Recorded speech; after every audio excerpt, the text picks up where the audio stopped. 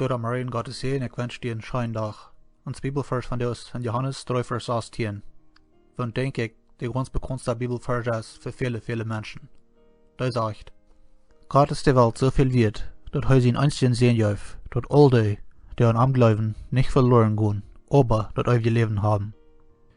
Nu, ich weet, wie haben uns Ostern gehört und wir haben über neu gedacht, über Jesus sein Tod. Und trotzdem finde ich es wichtig, dass wir gerade von dir über diesen Vers nur denken würden. Und über wo Jesus für uns sterben wird.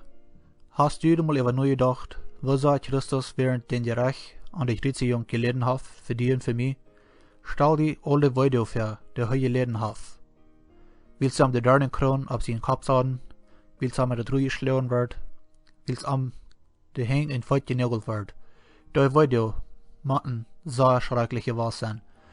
Doch Christus begegnet nicht bloß die körperliche Weide, sondern auch die Tatsache, dass er allein wir. Er wird vom Vater verloren werden.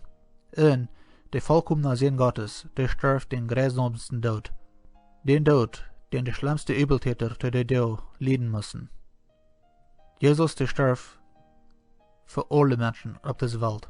Der Leben Christus sterben, der erstaunt mich. Was kann ich tun, diese Art Leben zu kriegen? Kannst du dir vorstellen, was Gott hat gekostet hat, die und mich zu vergeben? Wenn wir auch wissen, dass wir diese Leben haben, scheint uns das vielleicht wirken so, dass wir andere Menschen trotzdem nicht vergeben können. Weil wir die Vergebung, was Jesus uns geben hat, auch ausleben und andere Menschen vergeben, was uns haben, wo wir tun. Wo du vielleicht ganz kleine Dinge sind, wo wir Jahren über Betternis und weiter drehen dann. Weil wir mal wirklich aber nur denken, was Vergebung ist.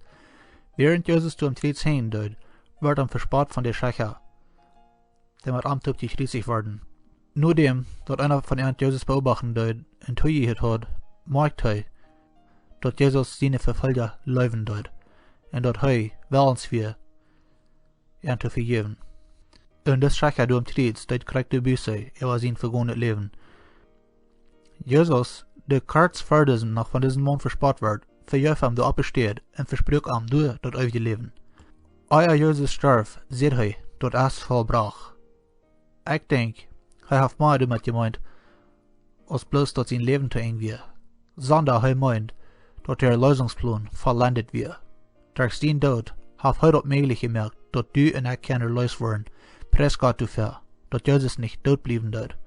Er stand auf am dritten Tag. Und er wird Sieger über seinen Tod. Jesus lebt. Er hat den Tod besiegt und hat uns das gewesen, dass wir auch siegreich leben können. Christus, der hat so viel für uns zu tun. Das Wenigste, was wir für ihn tun können, ist für ihn zu leben. Weil wir das auch mit einem Freude tun. Möchte Gott die wieder sehen und einen schönen Tag geben.